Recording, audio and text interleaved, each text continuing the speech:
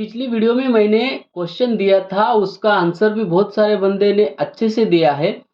देखिए क्वेश्चन क्या है, पढ़ते हैं हम। बॉयलर में वाटर नहीं है, केवल स्टीम बची है और वर्किंग टेम्परेचर से ज़्यादा टेम्परेचर बढ़ जाता है बॉयलर के अंदर, तो उस कंडीशन में बॉयलर में वाटर जो है फीड करना चाहिए या नहीं करना चाहिए। मैंने बोला था कमेंट में येस और नो करके आप आंसर दीजिए। तो बहुत सारे बंदे ने इसका सही से आंसर दिए हैं कि बॉयलर के अंदर हम जब बॉयलर का टेम्परेचर जो होता है वो अगर वर्किंग टेम्परेचर से ज़्यादा टेम्परेचर बढ़ जाता है, उसके अंदर वाटर नहीं होता है, उस समय हम बॉयलर के अंदर वाटर फीड नहीं कर सकते। तो इसका आंसर है नो। तो क्यों नहीं कर सकते, इसका पीछे का रीज़न मैं आपको बता देता हूँ। देखिए फ्रेंड, बॉयलर के अंदर जब भी हम वाटर फीड करते हैं, उस समय वाटर को फीड कैसे करते हैं। जैसे कि बॉयलर के अंदर हम फीड वाटर जो फीड करते हैं, उससे पहले हम डेरिवेटेड टैंक के अंदर वो फीड वाटर का टेम्परेचर बढ़ा लेते हैं। उसके बाद इकोनोमाइजर से थोड़ा सा और टेम्परेचर वाटर का बढ़ा लेते हैं। उसके बाद ही बॉयलर के अंदर हम कम टेम्परेचर वाला वाटर हम उसके अंदर छोड़ते हैं। देखिए फ्रेंड, बॉयलर के अंदर हम धीरे धीरे वाटर का जो टेम्परेचर है वो बढ़ाना चाहते हैं। अगर एकदम से हम वाटर का टेम्परेचर बढ़ा देते हैं और कोल्ड वाटर उसके कांटेक्ट में आ जाता है, हॉट वाटर और कोल्ड वाटर अगर कांटेक्ट में आ जाते हैं, तो वहाँ पे हैमरिंग होने के बहुत चांसेस होते हैं और हैमरिंग होते ही होते हैं 100%। इसलिए हम क्या करते हैं, बॉयलर के अंदर जब भी फीड वाटर फीड करते हैं, तो उस समय हम क्या करते हैं, बॉयलर के अंदर धीरे धीरे टेम्परेचर वाटर का बढ़ाते हैं। तो इस कंडीशन में क्या है, बॉयलर की वाटर लेवल जो है वो लो हो गई है। बॉयलर की वाटर लेवल लो हो गई, इसका मतलब क्या है, वाटर का जो स्पेस है वो स्टीम ने ले लिया है। तो वहां पे क्या हो गया है, टेम्परेचर बढ़ जाता है। टेम्परेचर जब बढ़ जाता है तो उस समय हाई टेम्परेचर में लो टेम्परेचर का अगर हम फीड वाटर स्टार्ट कर देते हैं, जब हम बॉयलर के अंदर फीड वाटर को फीड करेंगे, उसी समय यहाँ पे हैमरिंग होती है, बॉयलर के ट्यूब क्रैक हो सकते हैं, बॉयलर के ट्यूब पंक्चर हो सकते हैं, ट्यूब बेंड हो सकता है वहां पे। तो इसलिए हम बॉयलर के अंदर उस कंडीशन में वाटर नहीं छोड़ सकते। तो अभी आपके दिमाग में ये क्वेश्चन आ रहा है कि बॉयलर के अंदर वाटर लेवल नहीं है, बॉयलर का टेम्परेचर बहुत ज़्यादा बढ़ गया है, तो वहाँ पे वाटर नहीं छोड़ रहे हैं, तो करना क्या चाहिए। तो वहाँ पे देखिए फ्रेंड, क्या करना चाहिए, वहाँ पे ये करना चाहिए, जो भी बॉयलर के अंदर स्टीम है उस स्टीम का हमें कंडेंस करना है। यानी कि बॉयलर का जो फायरिंग है वो फायरिंग हमें बंद करना है, और जितने भी डोवर है बॉयलर का फ्लू गैस साइड का, वो डोर ओपन करके नेचुरल ड्रॉप से हमें बॉयलर का जो टेम्परेचर है वो कूल डाउन करना है। उसके बाद ही हमें जब फीड वाटर का टेम्परेचर के साथ वो बॉयलर का टेम्परेचर मैच होता है, जैसे कि फीड वाटर का टेम्परेचर 110 डिग्री सेल्सियस तक होता है, वहां तक टेम्परेचर आने के बाद हम फीड वाटर को वहां पे बॉयलर के अंदर फीड कर सकते, उससे पहले नहीं। अगर टेम्परेचर ज़्यादा है बॉयलर का, स्टीम का, और वहां पे हम अगर फीड वाटर छोड़ते हैं बॉयलर के अंदर, तो फीड वाटर छोड़ने के बाद जो भी इंसिडेंट है वो होता है। उससे पहले आपको बॉयलर को थोड़ा सा ठंडा करना चाहिए। तो फ्रेंड चलिए, आज नए क्वेश्चन आपके लिए आए हैं। तो क्या क्वेश्चन है देखते हैं। तो चलिए वीडियो को करते हैं हम स्टार्ट।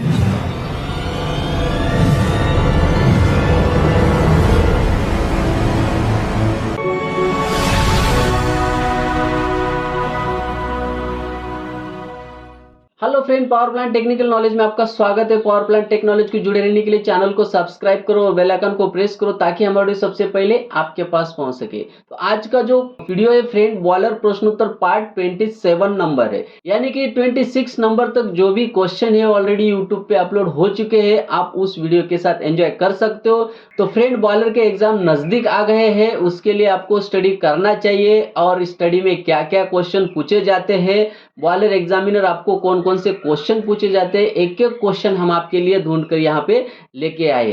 तो चलिए डायरेक्टली हम क्वेश्चन के ऊपर जाते हैं। तो हमारा क्वेश्चन नंबर है 272।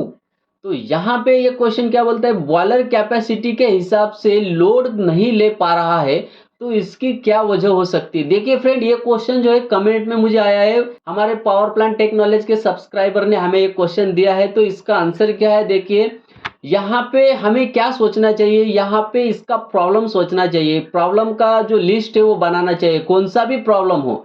आपको बॉयलर में कौन सा भी प्रॉब्लम है वहाँ पे जो जो भी आपको डाउट आता है उस प्रॉब्लम उस डाउट का आपको लिस्ट बनाना चाहिए। उसके बाद ये फाइंड आउट करना चाहिए कि प्रॉब्लम एक्चुअल में हो क्या रहा है वहाँ पे। तो देखिए यहाँ पे मैंने डाउट कैसा नोट डाउन करना है ये बताया है। देखिए बॉयलर कैपेसिटी के हिसाब से लोड नहीं ले पा रहा है तो इसकी क्या वजह हो सकती है। देखिए बॉयलर जो है उसकी कैपेसिटी के हिसाब से वो लोड नहीं ले पा रहा है।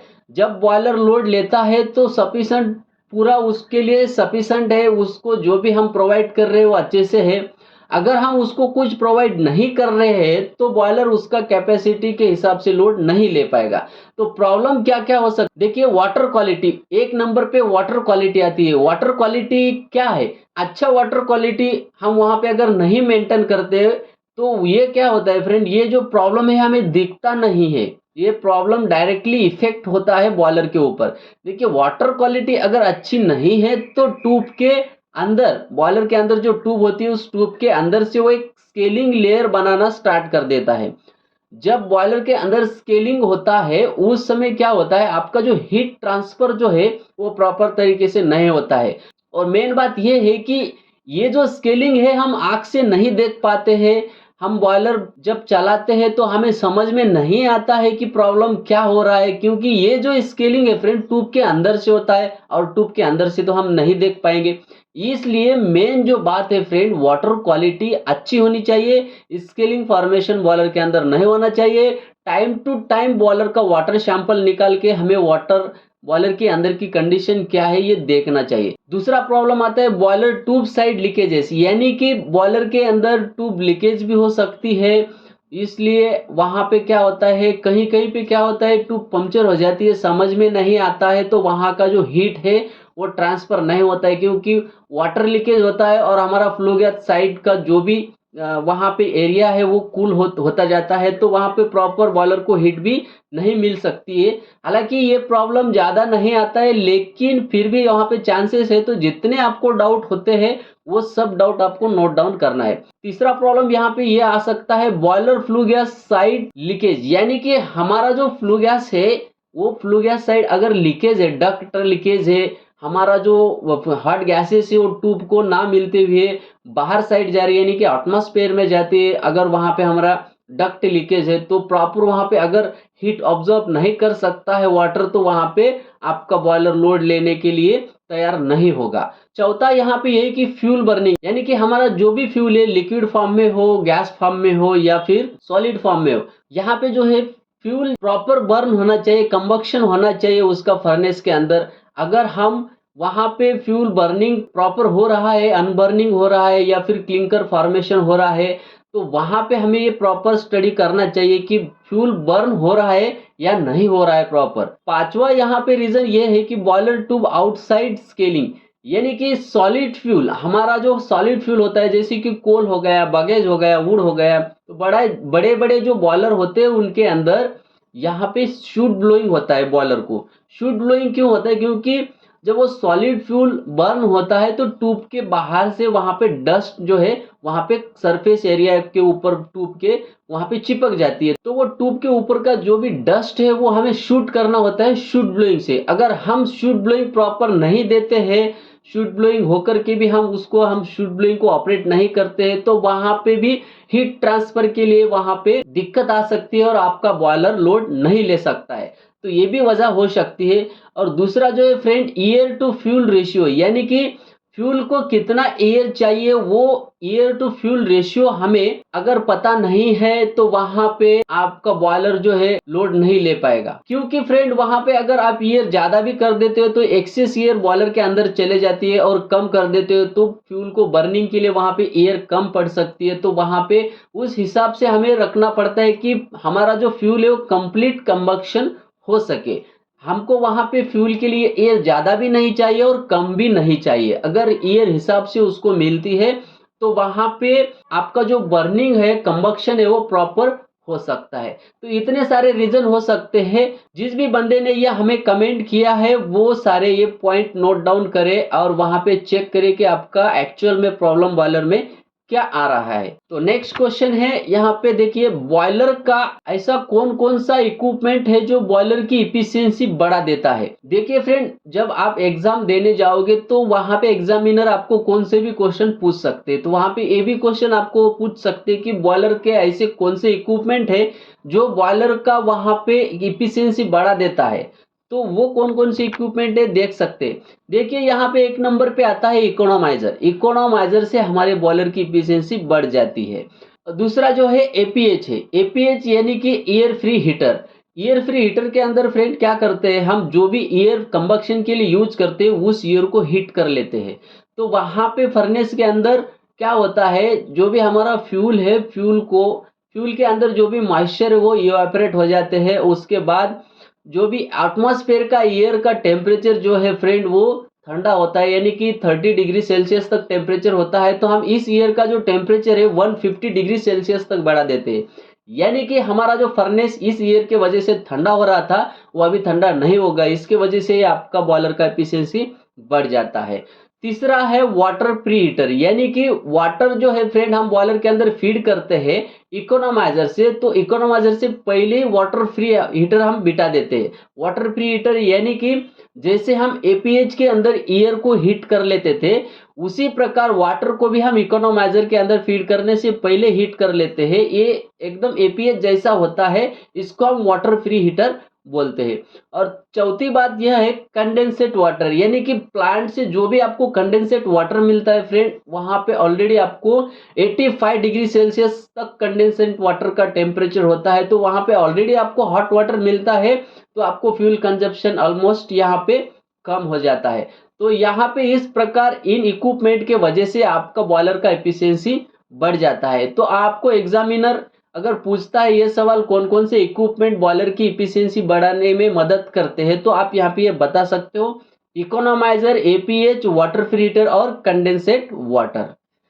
तो नेक्स्ट क्वेश्चन जो है फ्रेंड हमारा, बॉयलर हीटिंग सरफेस एरिया में क्या क्या आता है। बहुत सारे बंदे को ये डाउट होता है कि बॉयलर हीटिंग सरफेस एरिया में कौन कौन सा एरिया आता है, यानी कि बॉयलर के अंदर कौन कौन सी ऐसी जगह है कि वो हीटिंग सरफेस में आती है। तो फ्रेंड ये क्वेश्चन जो है एग्जामिनर आपको 110% पूछ सकते हैं। इसका फार्मूला भी आपको पूछ सकते हैं, तो इसका फार्मूला भी मैंने आपको दिया है। तो यहाँ पे देखिए, बॉयलर में जहां जहां वाटर हॉट होता है वो एरिया हीटिंग सरफेस में आता है। देखिए बॉयलर के अंदर जो हमारा वाटर हॉट होता है, यानी कि स्टीम बनती है उस वाटर से, जिस जगह हमारा स्टीम बनती है वाटर का, तो उस एरिया को हम हीटिंग सरफेस में लेते हैं। तो इसका फार्मूला क्या है, देखिए फर्नेस का जो भी एरिया है हमारा, वो area multiply by outside diameter of tube, यानी कि ट्यूब की जो आउटसाइड है उसका जो डायमीटर है वो आपको लेना है इनटू लेंथ ऑफ ट्यूब, यानी कि ट्यूब की लंबाई कितनी है वो आपको देखना है, इनटू नंबर ऑफ ट्यूब, यानी कि ट्यूब बॉयलर के अंदर कितने हैं वो गिन के आपको यहाँ पे कैलकुलेशन करना है। सिंपल है यहाँ पे हीटिंग सरफेस निकालना, ज्यादा यहाँ पे कोई कॉम्प्लिकेटेड नहीं है। तो इस प्रकार आपका बॉयलर का हीटिंग सरफेस एरिया निकलता है। तो नेक्स्ट क्वेश्चन जो है फ्रेंड यहाँ पे देखिए, ये जो है ये कमेंट किया है मुझे एक बंदे ने, sir coal fire boiler bed temperature high होने का क्या क्या कारण हो सकते हैं। अधिक टेम्परेचर होने से कौन कौन सी दिक्कत आ सकती है और टेम्परेचर नॉर्मल कैसे करें।